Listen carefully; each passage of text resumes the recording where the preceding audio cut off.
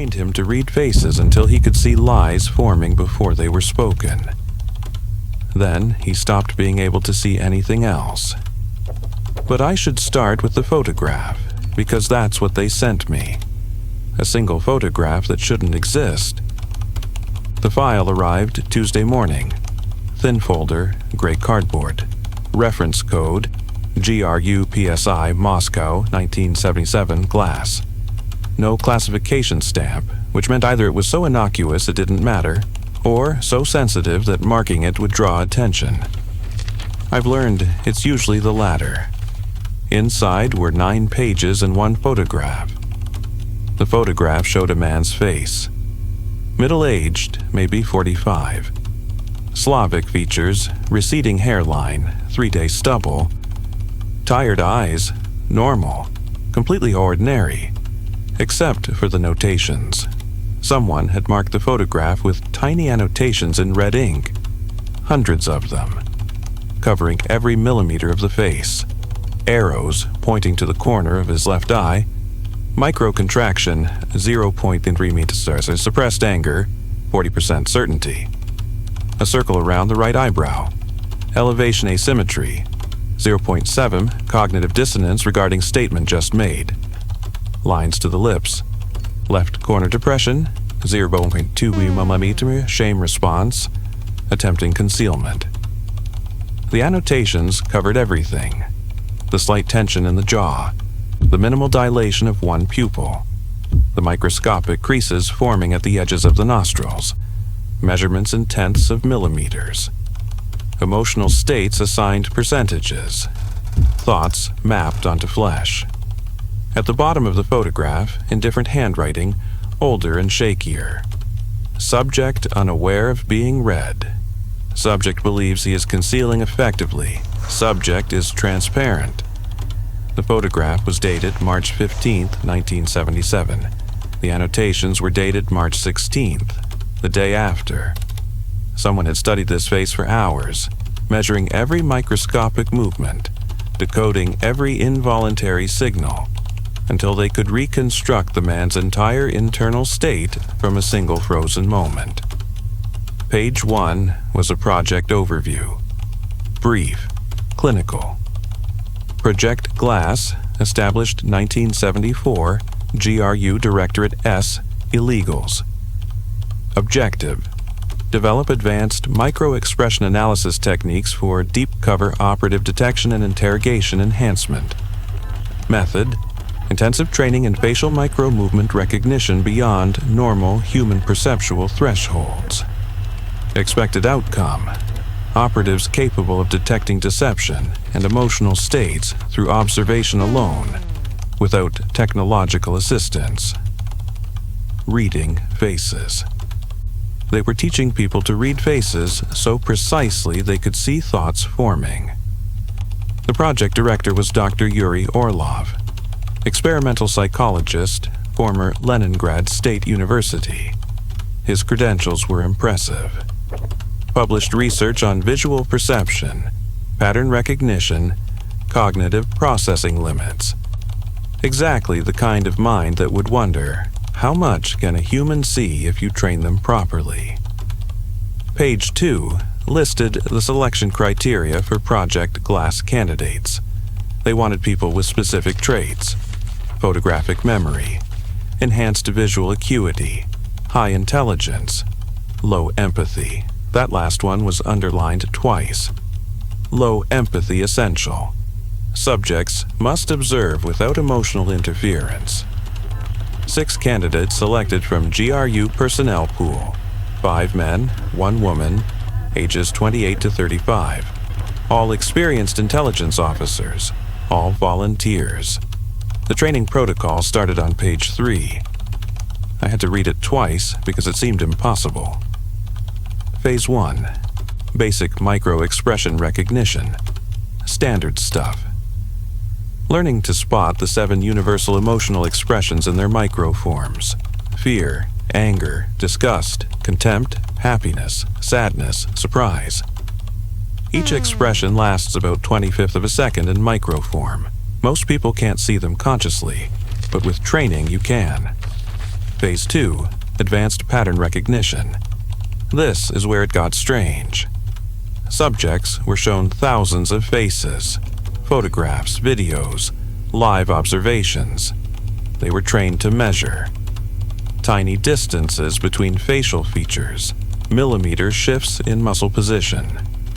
The subjects used calipers, rulers, specialized photography, measuring until they could estimate distances by sight alone. Phase 3, correlation mapping. Here's where Dr. Orlov's research came in. He developed a database. Thousands of facial measurements correlated with thousands of emotional and cognitive states. Happy people's faces move in specific ways. Lying people's faces move in different specific ways. Anger, shame, fear, arousal, confusion, calculation.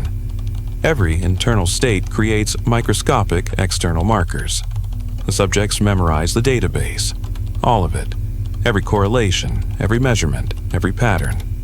Phase 4, real-time integration. The subjects practiced on live targets. Fellow GRU officers, civilians, prisoners. They would observe a face and call out what they saw. Left eyelid tension. Subject is suppressing fear of the interviewer. Nostril flare combined with jaw clench. Subject is experiencing disgust but attempting to appear neutral. Pupil dilation asymmetry. Subject is sexually attracted to someone in the room but doesn't want anyone to know. They got good at it. According to the progress reports, by month 6, all 6 subjects were operating at 90% accuracy in controlled tests. They could watch someone's face and know what that person was feeling, what they were thinking, what they were hiding. They could see through lies before the lies were fully formed. Page 4 was where the problem started. Subject 3, Lieutenant Andrei Volkov, age 31, reported unusual perceptual experiences during week 27 of training. He described seeing too much during routine interactions. When speaking with colleagues, he would become overwhelmed by the amount of information visible on their faces. Every micro-movement became significant. Every tiny shift in expression demanded interpretation. Dr. Orlov's notes. Subject reports difficulty maintaining normal conversation. States that he sees lies, attraction, boredom, contempt, desire simultaneously on single face. Cannot filter input. Recommend reduced training intensity and psychological support. But they didn't reduce intensity, they increased it. Because Subject 3 wasn't having a breakdown, he was breaking through. By week 30, Volkov could read faces in crowds, stand in a busy Moscow street and see the emotional landscape of 50 people simultaneously. Know who was in love, who was planning theft, who was lying to themselves, who was seconds from violence. All from microscopic facial movements happening too fast for normal perception. The other subjects began reporting similar experiences by week 35. The woman, Captain Irina Sokolova, described it as the faces became transparent. She could see through them to the thoughts underneath. Not literally reading minds, but reading the physical manifestations of minds in flesh. Page 5 contained interview excerpts from the subjects at week 40. Their language had changed. They didn't talk like intelligence officers anymore. They talked like people who'd seen something that had changed them fundamentally. Subject 1, you don't understand. Everyone is lying. All the time. Not deliberately. They don't know they're lying, but their faces know. Their faces tell the truth while their mouths speak fiction. Yesterday, my wife told me she loved me. Her mouth said love. Her face said obligation, mild resentment, and sexual attraction to her colleague at work. All visible in microseconds of muscle movement. How do I respond to that? Do I believe her mouth or her face? Subject 4. I can't watch television anymore. The newsreaders, the politicians. I see every lie forming. I see the moment they know they're lying. There's a specific pattern in the corrugator supercilii muscle when someone consciously deceives. A 0.4 millimeter contraction. It's involuntary. They can't hide it. And now I can't unsee it. Every face is screaming its truth at me. Subject 6. The worst part is seeing myself. In mirrors, in reflections. My own face betrays me constantly. I see my contempt for others. I see my fear. I see thoughts I don't want to acknowledge forming in micro-expressions before I'm consciously aware of thinking them. I'm lying to myself every second, and my face is documenting all of it. Dr. Orloff noted, subjects are experiencing perceptual overload. Their visual processing has been enhanced beyond normal human capacity, but their emotional regulatory systems have not adapted accordingly. Recommend gradual reintegration protocols and cognitive behavioral support. Instead, they sent them into the field. Page 6 detailed operational deployments. The subjects were assigned to interrogations, surveillance operations, diplomatic functions. Anywhere reading people accurately would provide advantage, and they were effective, devastatingly effective. Subject 2 conducted 12 interrogations over 3 weeks. All 12 subjects confessed, not through coercion or torture, through precision. Subject 2 could see exactly which questions caused fear responses, which topics triggered shame, which lines of inquiry made the interrogation subjects feel exposed. He could navigate their psychological landscape perfectly because their faces showed him the map. Subject 5 was deployed to a Soviet diplomatic reception, watched foreign attachés for 6 hours, filed a report identifying 3 intelligence operatives, 2 extramarital affairs, 1 embezzlement scheme, and 5 individuals experiencing severe depression hidden beneath professional facades. All from watching faces across a crowded room. Captain Sokolova was assigned to surveil a suspected GRU mole. She watched him for 40 minutes during a routine meeting. Filed report. Subject is not a mole. Subject is planning suicide. Observable and persistent micro-expressions of despair. Repeated micro-movements associated with finality planning. Complete absence of future-oriented facial patterns. Recommend immediate psychological intervention. They didn't intervene. The suspected mole killed himself 3 days later.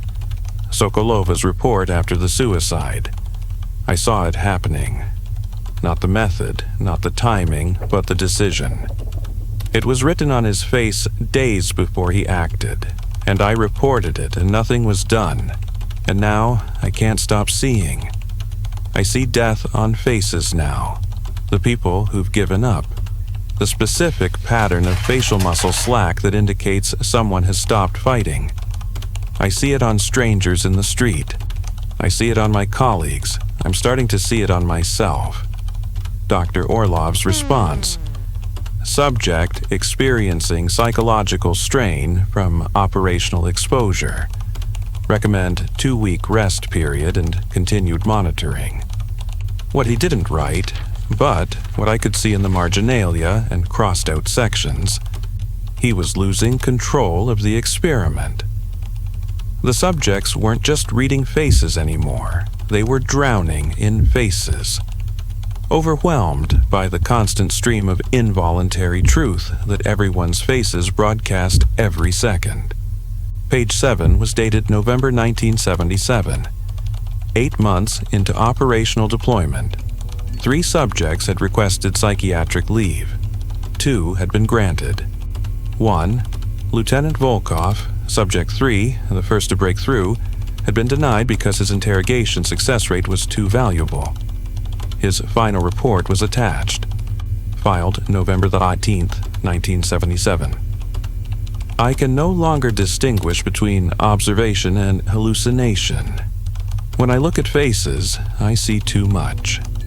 Not just current emotional state, but past states, future states. I see the child they were in the structure of their adult face. I see the old person they will become in the microscopic deterioration already beginning. I see lies they told years ago still written in chronic muscle tension. I see trauma locked into permanent facial patterns. Yesterday, I interrogated a party official suspected of corruption. I saw his guilt immediately, but I also saw his father's violence in the specific way he holds tension in his jaw. I saw his mother's contempt in the asymmetry of his smile. I saw every formative experience that made him who he is, all visible in the microscopic geography of his face. I told him everything I saw. He confessed, not to corruption, to his entire life. Sobbing, broken, because I'd read his face like a book and told him every secret chapter. Dr. Orloff says this is success, but I can't sleep, because when I close my eyes, I see faces, thousands of them. Everyone I've ever looked at, all their lies, all their pain, all their hidden selves. And I see my own face too. I know what I look like when I'm doing this to people. I've seen myself in reflections. I see the specific pattern of muscle contraction that indicates sadistic pleasure. I didn't know I had that in me, but my face knows.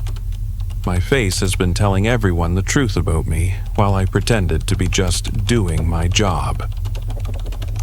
Request immediate removal from Project Glass. Request psychological support. Request to stop seeing. The request was denied. Dr. Orloff noted that Volkov was experiencing breakthrough perceptual capacity that needed further study. He recommended continued operational deployment with increased observation. 3 days later, Volkov was found in his apartment. He'd destroyed every mirror, every reflective surface, covered all the windows. He was sitting in complete darkness. When they brought lights, he screamed and covered his face. Medical report: subject experiencing acute psychotic break. Claims he can see thoughts forming in muscle. Claims everyone's face is screaming silent truths. Subject removed to psychiatric facility for evaluation. Psychiatric evaluation, page 8.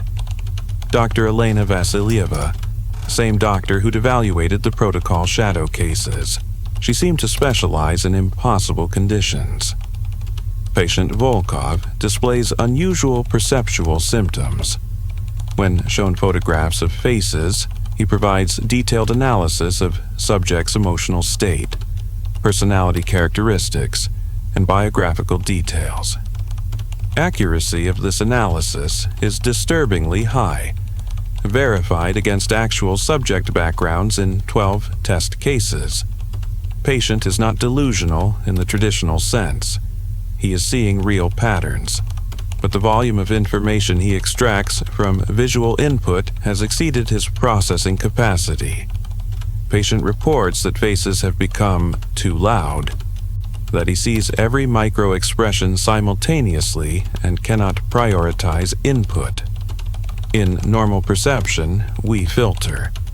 We see the overall expression and miss the contradictory micro-signals. Patient Volkov sees everything at once. The result is overwhelming, accurate, and psychologically destructive. Most concerning. Patient reports seeing his own thought processes reflected in others' facial reactions to him.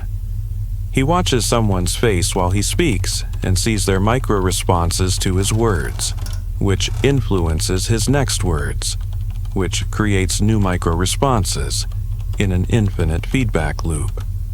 He describes it as seeing the conversation happening before it happens because their faces show me what they'll say next. This may represent a perceptual breakthrough, or a perceptual breakdown. I cannot determine which. Recommend immediate cessation of Project Glass training for all remaining subjects. The recommendation was rejected.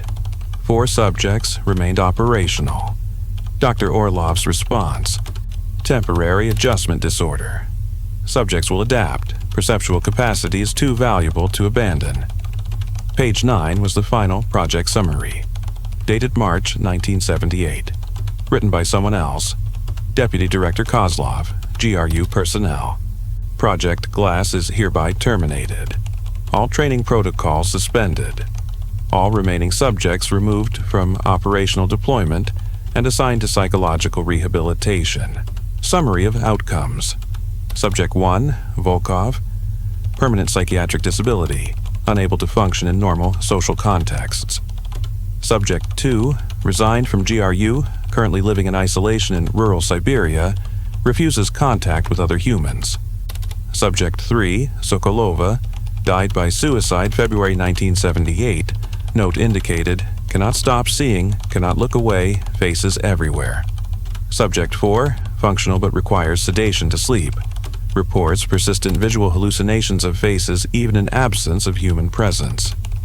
Subject 5, relocated to desk position, refuses all face-to-face interactions, communicates only in writing. Subject 6, unaccounted for, last seen leaving Moscow, possible defection. Dr. Yuri Orlov removed from project leadership. Reassigned to archival research. Forbidden from further human subject experimentation.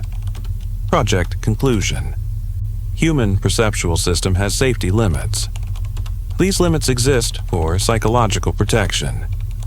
Exceeding these limits produces functional outcomes but psychological casualties. Cost-benefit analysis suggests approach is not viable for operational deployment. Enhanced perception without enhanced emotional regulation creates effective but unstable operatives. All Project Glass materials classified, training protocols destroyed. This report to be archived as historical record only.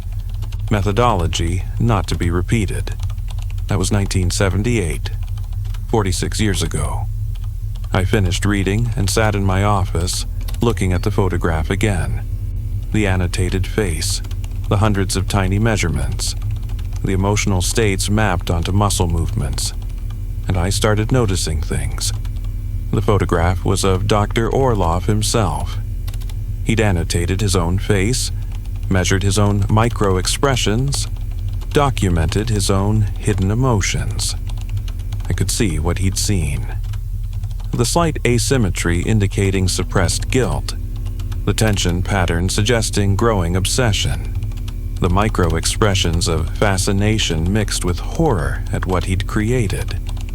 He'd trained 6 people to see too much, and in the process, he'd learned to see it himself. I looked up from the photograph. My office has a small mirror on the wall. I use it occasionally to check my appearance before meetings. I looked at my reflection, and I saw it. Now that I knew what to look for, I couldn't unsee it. The slight tightness around my eyes, stress I hadn't acknowledged, the asymmetry in my smile, one side sincere, one side performed, the micro-contraction in my forehead, suppressed anger at being assigned to this case, this file, this impossible documentation of impossible things. My face was telling the truth, had always been telling the truth. I just hadn't been trained to see it. I spent the next hour staring at my reflection, watching my own micro-expressions, seeing thoughts form before I was conscious of thinking them, watching my face react to my own observations in recursive loops of perception. Fear. I saw fear forming. Tiny muscle contractions around the eyes, pupil dilation. The specific pattern that Dr. Orlov had documented meant experiencing perceptual threat. Because I understood now, this is what killed Project Glass. Not failure, success. They'd succeeded in training people to see truth in faces, and the truth was unbearable. The constant lies everyone tells, the hidden emotions, the gap between what people say and what their faces reveal, seeing all of that simultaneously, constantly, without the ability to filter it out. I've started noticing things today, people in the hallway, colleagues in meetings, the security guard at the entrance. I'm seeing micro-expressions I never noticed before. Not with the precision of the glass subjects, but enough, more than I want to. The security guard smiled at me this morning. Her mouth smiled, but her eyes did something else. A tiny contraction, barely visible.